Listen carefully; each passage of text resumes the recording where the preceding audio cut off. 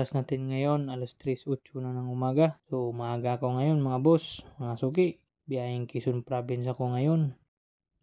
Tara, samahan niyo ako sa biyahe ko ngayon mga boss. At huwag niyong kalimutan mag-like, follow, and share para malaman ng iba na isa tayong freelancing agent under Titic and OT brand pang vulcanizing materials supplies. Mamaya update ako sa biyahe ko. Maraming salamat sa panonood mga boss, mga suki.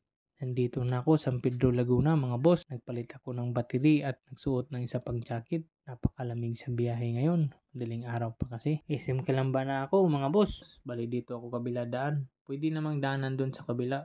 Pero mas kabisado ko dito sa may Santo Tomas, Batangas. Santo Tomas, Batangas. Nasa kalahati na ako ngayon mga boss. Dahan-dahan pa rin kasi naglakihan na yung mga truck na kasabay ko ngayon.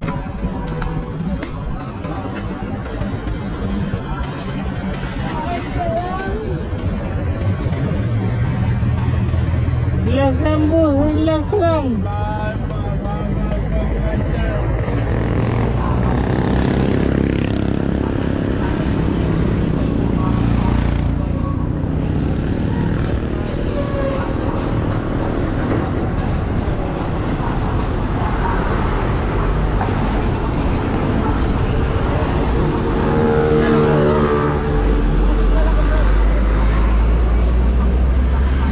Stand.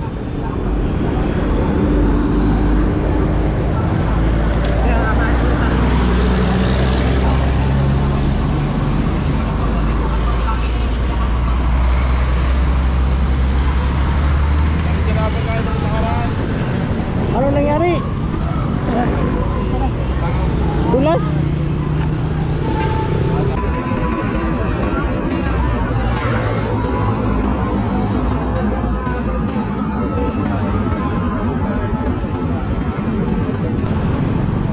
Patay dyan nung nakaraan na 2 araw nang nakalipas. Saan? Nabangga dyan. Nakamotor din. Ah, dito? Nakawasin sa parte na yan. Ang binangga naman na iban. Patay agad. Takot yun mga boss. Biglang slide na lang. Tapos nasagi pa yata yung naka-Honda Beat. Dulas kasi yung kalsada ngayon mga boss. Medyo may ulan kasi na mahina. Kaya ingat talaga tayo. Nagbibiyahe ngayon. Ride safe mga boss. God bless sa atin lahat. Naku, may aksidente na naman oh. Isang jeep, may kargang isda. Hinto muna ako doon mga boss sa may arko ng Quezon Province, pandiri ng San Pablo.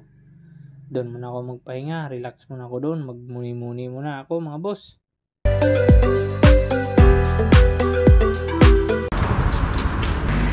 Good morning ma'am. Good morning ma'am. Ito po yun ma'am. Diyan na. Opo. Kumbaga, free na yung isa. Apa? 12 piraso. 2, 4, 6, 8, 10, 12. Ito po ang Gcash number. Opo, Ang ma'am. pangalan. Sige po, sir. Ito Sige na po lang ma'am, salamat. Ipapano ko na lang ako dyan. Salamat ma'am. Okay, thank you. Tapos na yung transaksyon ko dito mga boss. Pauwi na ako. Pero daanan ko pa yung iba kong mga suki. Baka makabinta pa ako. So huwag niyo kalimutan mag-like and follow mga boss. Maraming salamat sa panonood.